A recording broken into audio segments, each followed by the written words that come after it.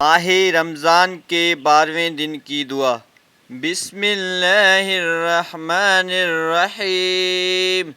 اللہم زینی فیہ بالستر والعفاف واسترنی فیہ بلباس القنوع والکفاف واحملنی فیہ علی العدل والانصاف وآمنی فیہ من کل ما اخاف باسمتک یا عصمت الخائفین۔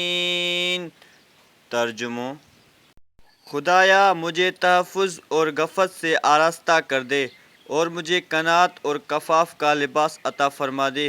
مجھے عدل و انصاف پر آمادہ کر دے اور ہر اس چیز سے امان دے دے جس سے میں خوفزدہ ہوں، اے خوفزدہ لوگوں کو پناہ دینے والے۔